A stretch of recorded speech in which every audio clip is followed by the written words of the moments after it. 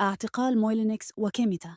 لهذا السبب لا يزال الشخصية المعروفة باسم الشيخة مولينكس يثير الجدل على منصات التواصل الاجتماعي، خاصة تيك توك، حيث نشر مؤخراً فيديوهات توثق رحلته إلى المغرب برفقة إحدى صديقاته.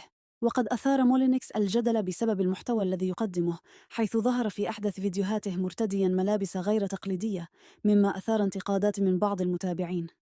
وعقب وصول مولينكس إلى المغرب، تصاعدت الدعوات لمحاسبته بناء على شكاوى تتعلق بالإساءة إلى الدين الإسلامي والترويج لمحتوى غير لائق على منصات التواصل الاجتماعي.